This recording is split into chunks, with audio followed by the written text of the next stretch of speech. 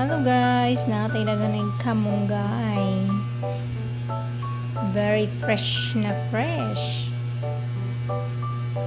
Fresh na fresh ang kamunggay nato. No? Ayan, natay kamunggay, naapod tay sikwa. Grabe kataas ang sikwa guys. Oh? Oh! Grabe kataas ang sikwa. Napayusa guys.